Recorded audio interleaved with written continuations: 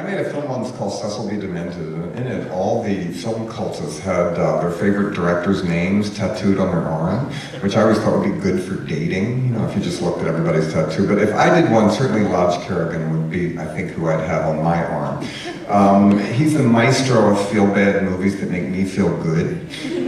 His beat is mental illness, I think, the extreme edges of it, and I'm happy to go there with him as he takes my hand and we go into his world.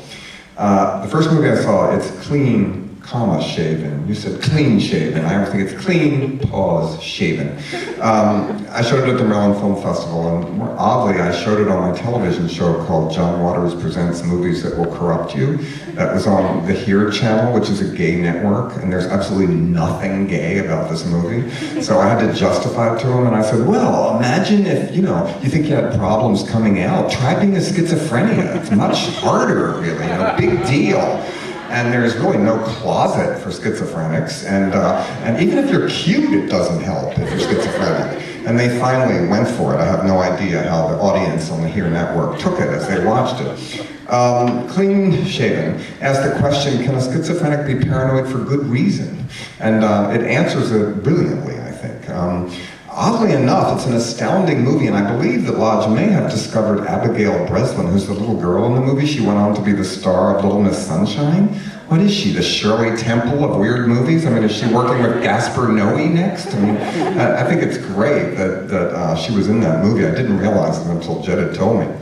The next one I saw was Claire Dolan, which is an unsmiling, plain prostitute who is as cold as the architecture around her that's photographed. It's a really maddening, disturbing, and off-putting movie that's really, really great. And I always imagine how he pitches his movies when he's trying to get them made, because they sort of defy the Hollywood pitch. Keane, the movie you're going to see tonight, I saw it in New York, opening day. It opens in the Port Authority bus station, a place that's always fascinated me. And after seeing Lodge's movies, I always think he should just take a walk in Baltimore, and he might want to stay here because we have plenty of people like the people you make movies about. It's an astounding performance in this movie by Damian Lewis, another man off his medication. Grim and beautiful, shot by John Foster, who's here tonight.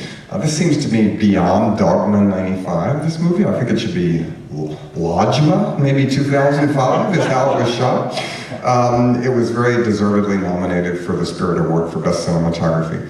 One critic said about Lodge's work, this movie is not for everyone. I'm not sure it's for anyone, but the question is, yes it is. It's for you, and I hope you enjoy it tonight. And before we go any further, I'd like to introduce Lodge Kerrigan and John Foster.